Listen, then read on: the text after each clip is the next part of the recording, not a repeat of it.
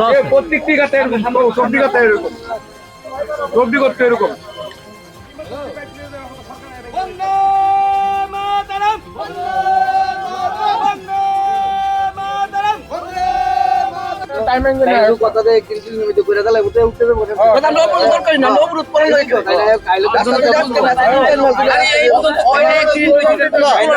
আমি মুশকিলাত গুলবাজার গাড়ি চালাই। আমরা এই রাস্তা প্রচন্ড খারাপ, আর যা দীর্ঘ কয়েক মাস ধরে আমরা সরাবারা করতে পারতেছি না।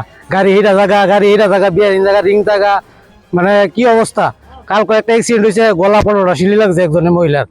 হ্যাঁ, এই রাস্তাটা কিভাবে চলবো আমি বল? টমটম অ্যাক্সিডেন্ট হয়েছে গুলবাজার টু মহেশখোলা।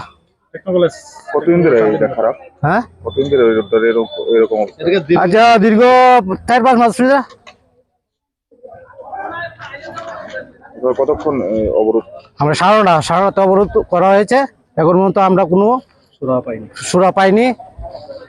প্রশাসন যে পর্যন্ত আমাদেরকে সুরাও না দেবে ততক্ষণ আমাদের এই অবরোধ চলবে।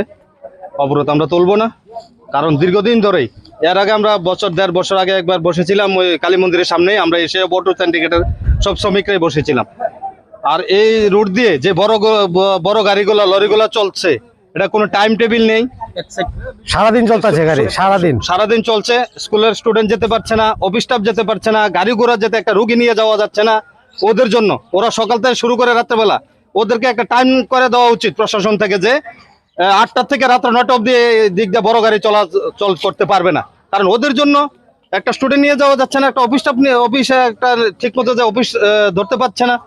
আর আমরা তো ওটু 2 দিন পর পর আমরা রিপেয়ারিং করতে হচ্ছে, মেনটেনেন্স বাড়ছে। আমরা কোথায় গিয়ে দাঁড়াবো? আমরা তো এই রুটটাই আমরা একমাত্র আমরা রুটি রোজগারের সম্বল।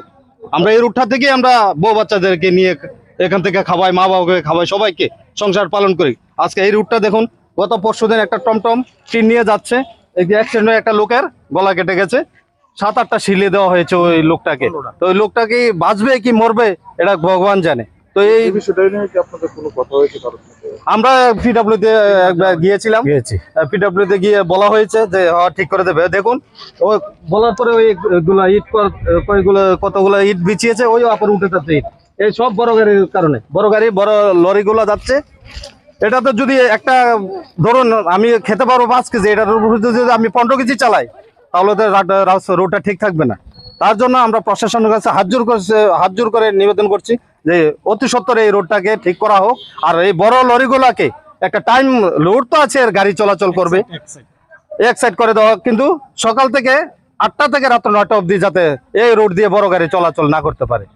না ঠিক মতো তো অফিস স্টাফ যেতে পারে, স্কুল স্টুডেন্ট ঘুরে ঘুরে চলে যাচ্ছে, যেতে পারে না। ওরা পুরো রাস্তা জাম লাগিয়ে রাখে। আমরা অবরোধ করেছি এটা মধ্য ডুগলি ঘুষপাড়া রেল ব্রিজ সংলগ্ন।